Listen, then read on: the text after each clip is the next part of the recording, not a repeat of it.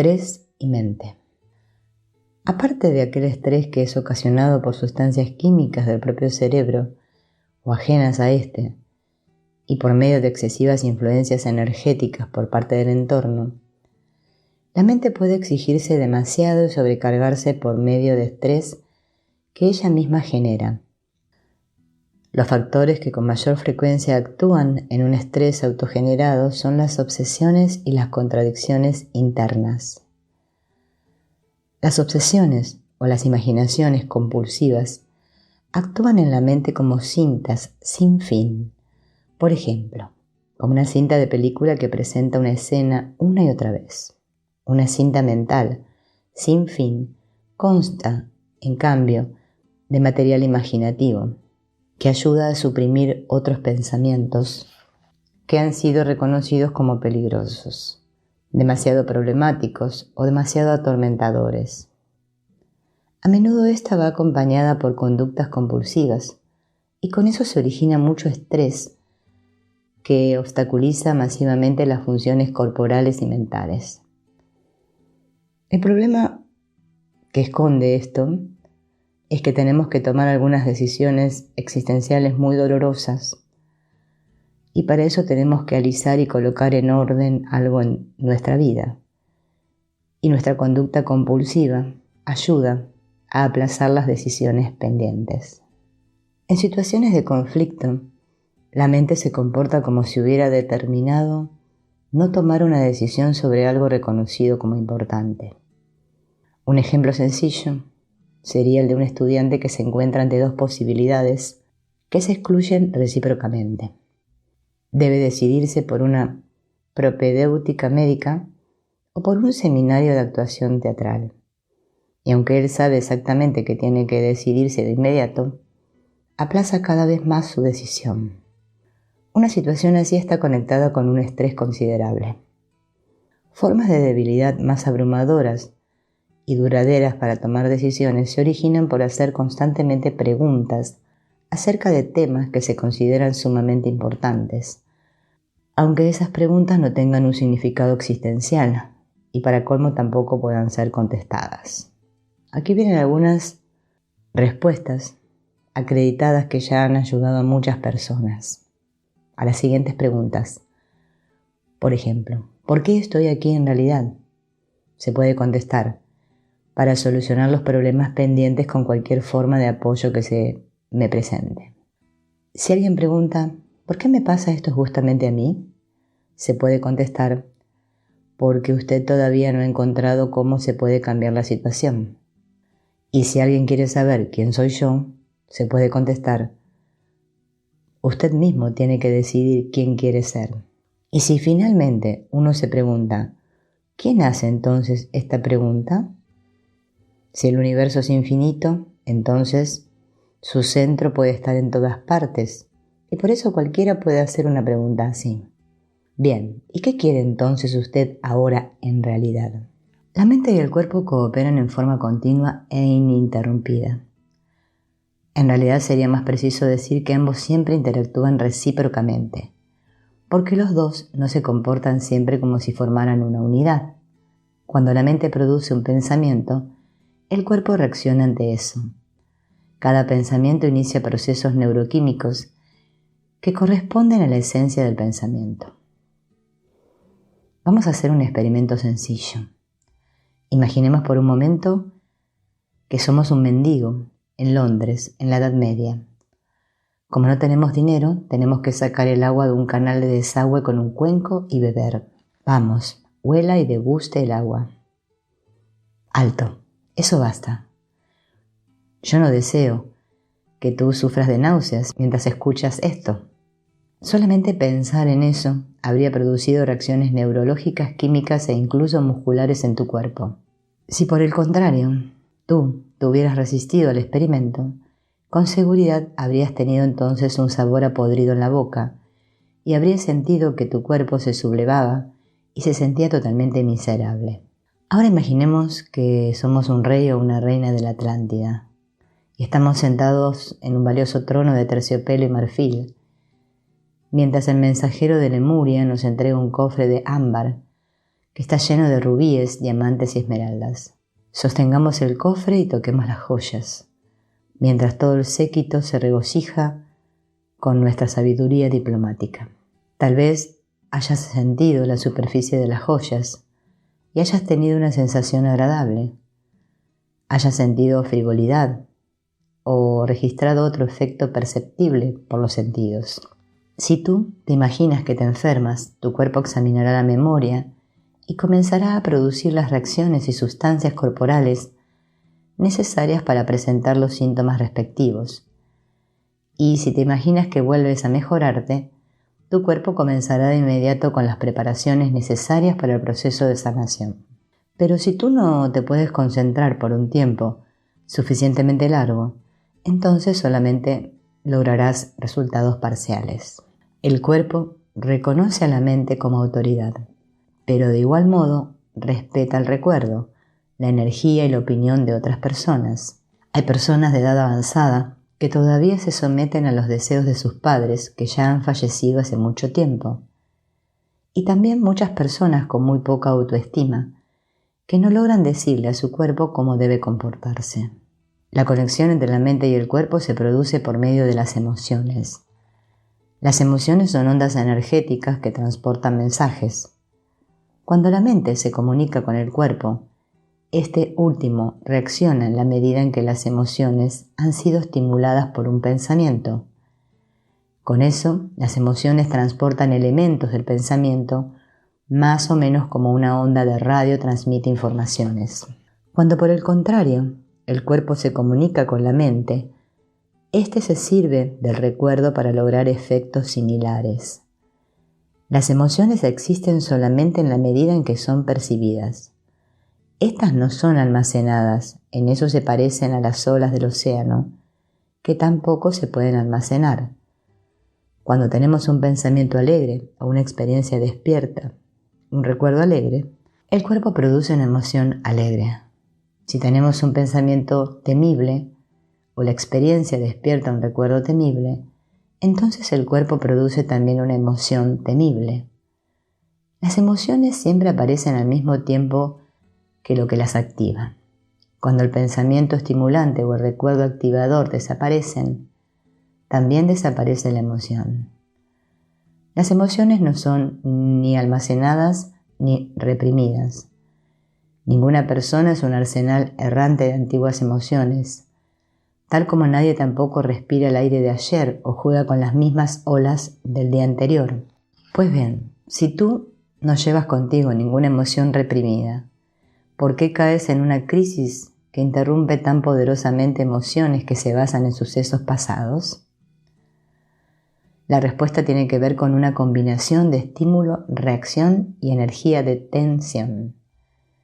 El cuerpo utiliza las tensiones para reprimir las ideas que ha recibido de la mente y que en caso de ser reconocidas producirían emociones desagradables. Por sí solo el cuerpo expresa las emociones tal como vienen, sin tener en cuenta posibles consecuencias.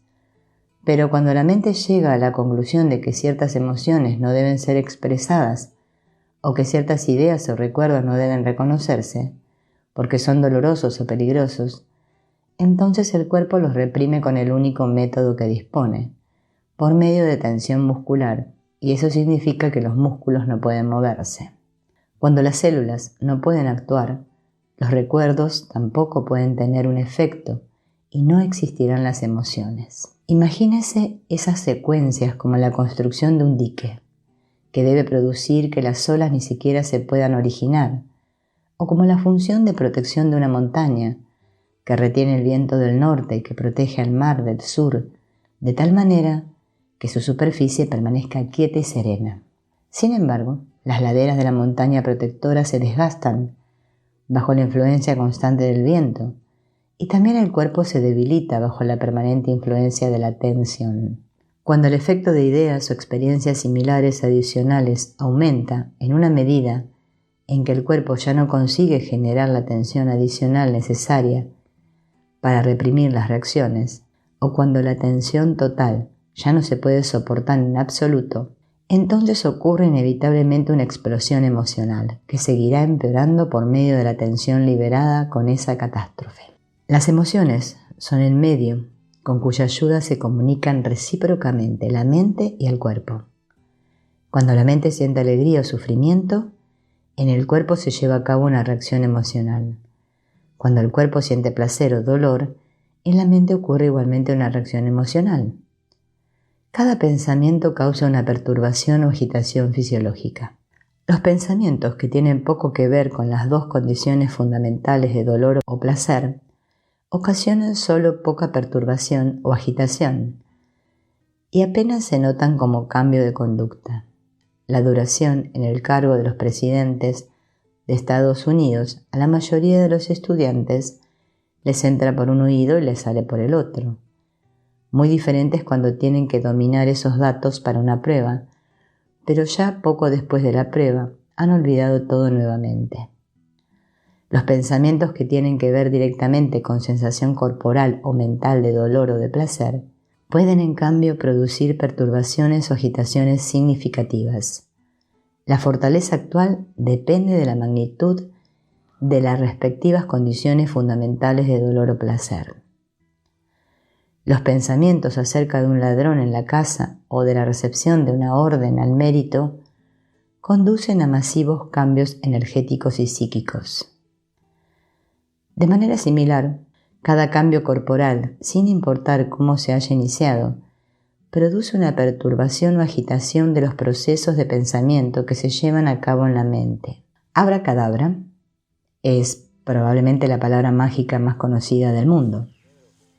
Se basa en las 4 primeras letras del alfabeto que juntas con la consonante R se combinan formando 5 sílabas rítmicas.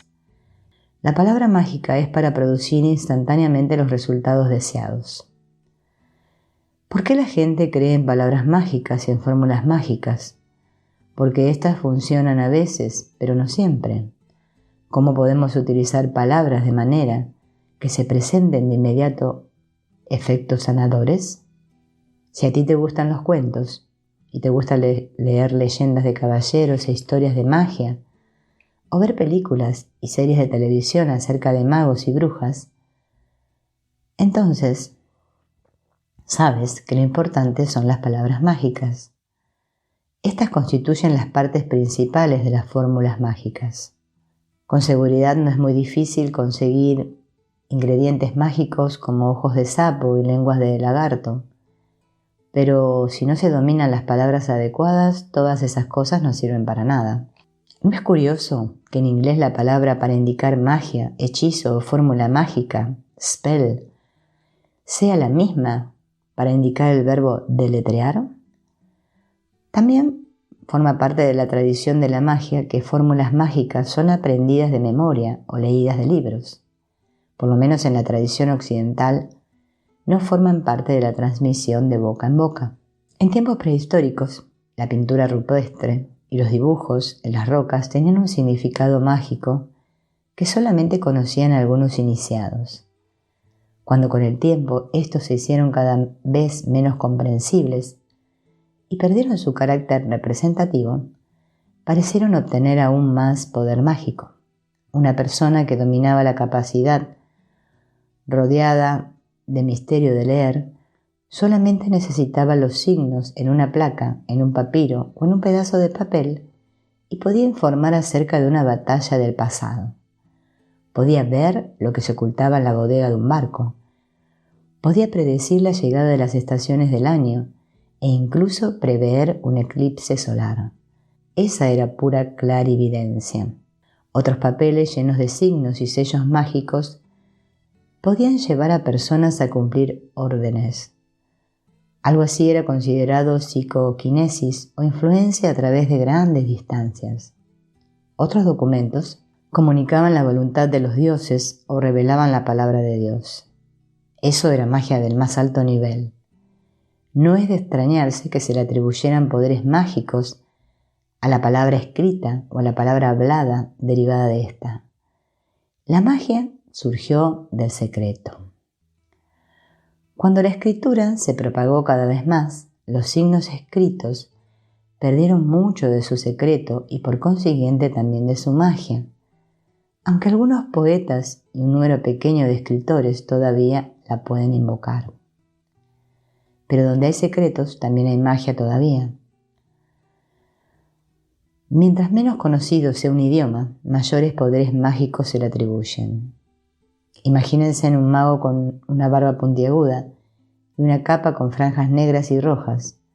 Él levanta los brazos, hace salir rayos de sus dedos y dice, como dando una orden: haz lo que te digo. Eso no suena muy impresionante, pero si él dice Alakazam, eso sí que suena mucho más imponente. Cuando se pronuncian palabras con un tono determinado o en un contexto especial, eso les puede otorgar mucho más importancia que bajo circunstancias regulares. Las palabras de una oración o de un discurso político, las palabras de un médico o de un hipnotizador pueden obtener un significado que supera por lejos su contenido normal, porque ese significado depende en un alto grado de cuándo, dónde y por quién han sido pronunciadas las palabras. En realidad las palabras no son otra cosa que estructuras de sonidos o signos subjetivos a las cuales les asignamos un significado. Los idiomas son sistemas que constan de sonidos y signos que son hablados por determinados grupos de personas. Más no se puede decir al respecto. Cualquier poder que puedan tener las palabras les es asignado por las personas. Mientras más poder se les concede a las palabras, mayor influencia tienen sobre las personas, pero es y sigue siendo así que el poder les es asignado desde afuera y no está instalado en ellas. A pesar de todo, se ha dicho hasta ahora que las palabras siguen siendo una ayuda sumamente útil para el procedimiento de sanación, bajo la condición previa de que tú comprendas su significado y les puedas asignar autoridad. Estas son las más efectivas para emplear tu atención con un propósito y para intensificar la propia concentración. Mientras mejor te puedas concentrar en un pensamiento o propósito referente a sanación, más rápidamente y con más esmero reaccionará el cuerpo con la sanación.